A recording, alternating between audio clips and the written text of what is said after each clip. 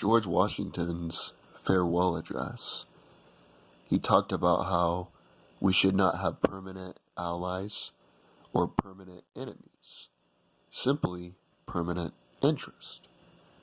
And being the astute individual he was, and having the foresight that he had, is really underrated. Geopolitics is a very complicated thing. Each country is fighting for their own economic, political, and power in terms of geopolitics. In many cases, there are no villains. There are no good guys. It is simply just a convoluted affair. But in the Syrian war, what you got to realize is Syria was invaded. Iran and Russia were invited into the country by their own government. But each player has its own motivations. So for instance, Saudi Arabia and Qatar, they want to lay pipelines for both oil and natural gas, connecting them to Europe. These suggested pipelines have to go through Jordan, Syria, and Turkey before entering Europe. Assad, however, wants pipelines from Russia, Albania, Iran, converging into Syria. Israel has been occupying Golan Heights, a piece of southern Syria, for many decades. Billions of barrels of oil were found in the Golan Heights a few years ago. The rights to exploit the oil go to Genie Energy, an American company whose board of directors consists of Rothschild, Dick Cheney, Rupert Murdoch, and Larry Summers. Now, that's why a lot of people are wondering why Fox News, who typically is a right-wing organization, is going so hard against Trump. One of the reasons, because his foreign policy is going against the status quo.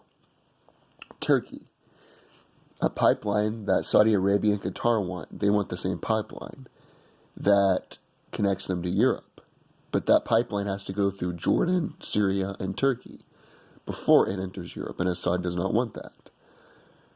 Turkey has been profiting a lot from the sale of ISIS oil. They have taken over refineries in Iraq and Syria. ISIS sells oil to Turkey at discount prices. Turkey ends up selling most of its oil to Israel. That's why Turkey attacked the Russian jet, because the Russian planes were getting rid of ISIS oil trucks by the hundreds.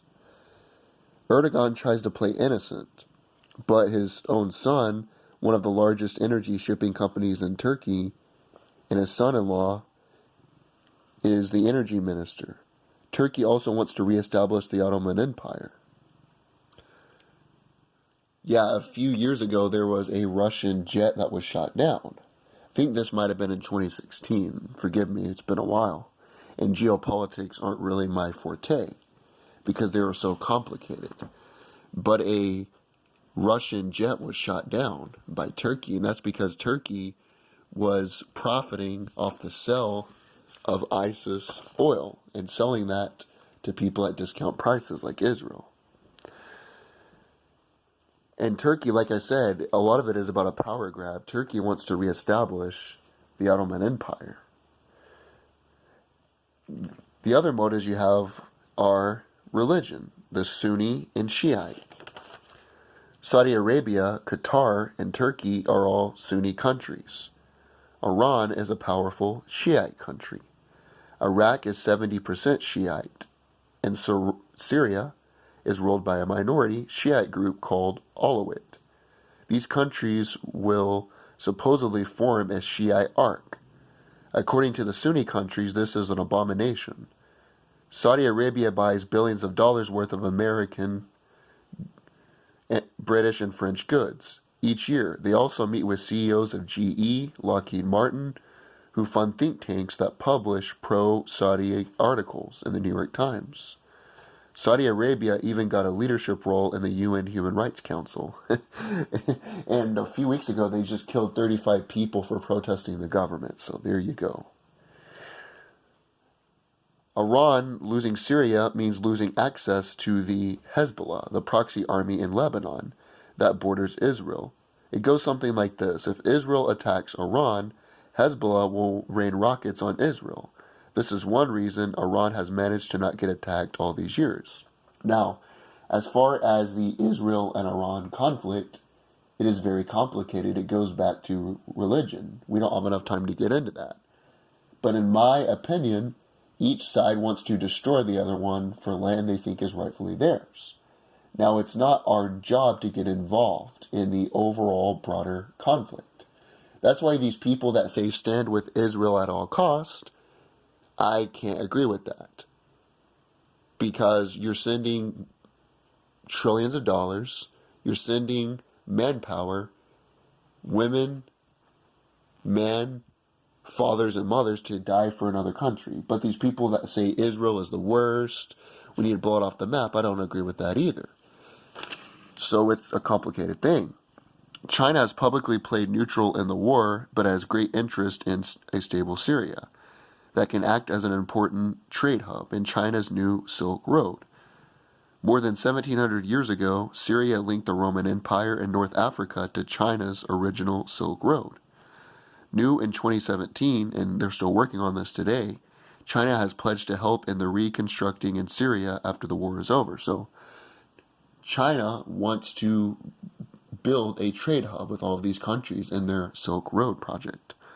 Russia has their only naval base that is outside of their country in Syria.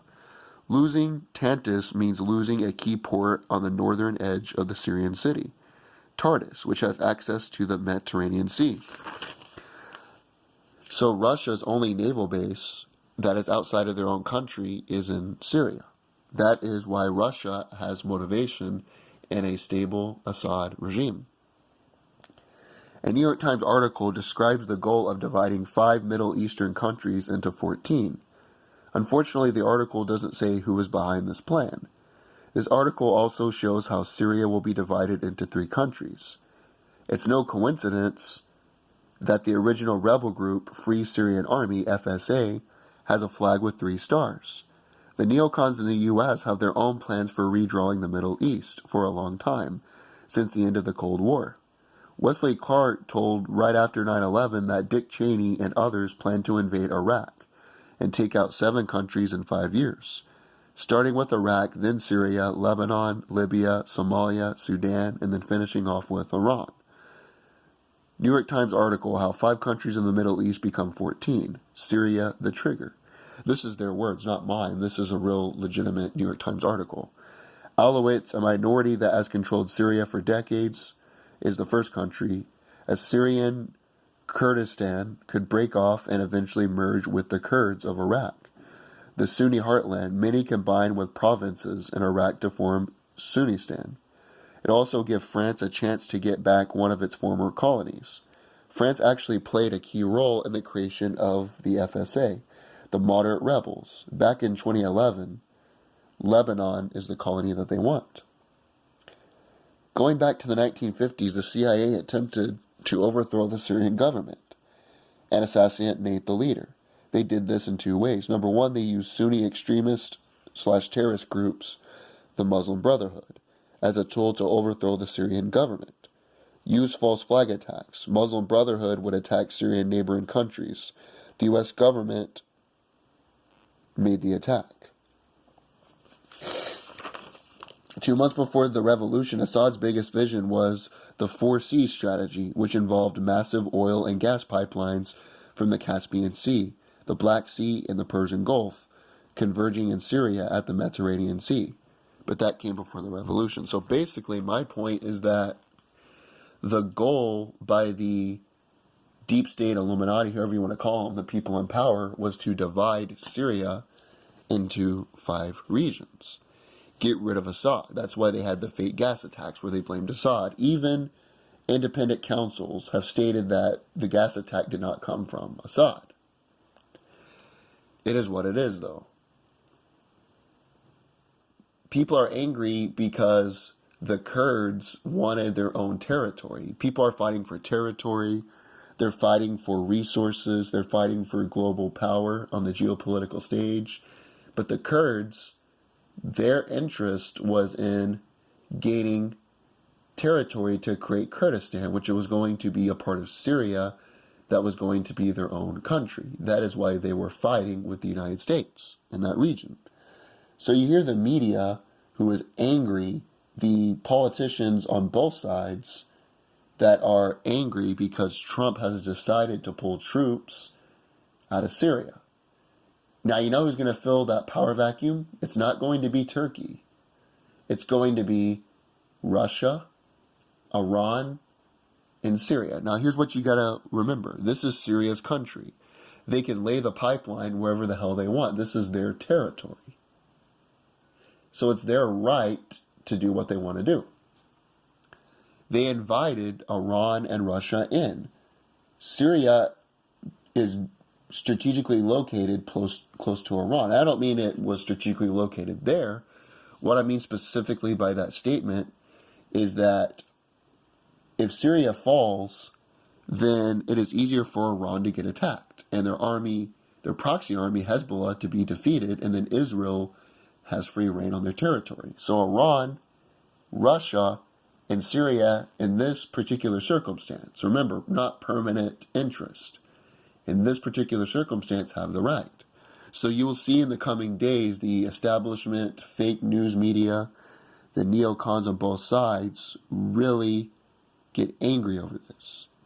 Now their mainstream talking point is, we helped the Kurds. The Kurds helped us defeat ISIS. We helped train the Kurds. And now we are letting them down by letting Turkey go in that region. But the truth is, the Kurds are mad because they can't create Kurdistan. The deep state can't divide that into multiple countries, and they can't build that pipeline to Europe, creating a power grab. So why would we continue to spend billions of dollars, lose American lives, and continue these endless wars, all to create Kurdistan?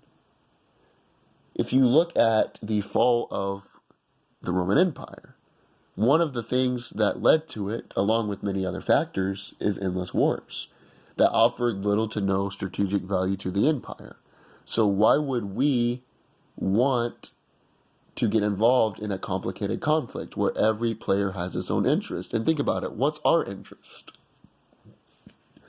What interest does the United States really have in Syria? I mean, we need to have our own troops protect our borders from invaders, not to go over thousands of miles away. And Trump said this in one of his tweets. He's like, where are we going this many thousands of miles away protecting Syria when it offers no strategic value to the American people? So, hope you enjoyed. Geopolitics isn't really my thing. I just figured that I wanted to know what the hell was going on because I keep hearing about this.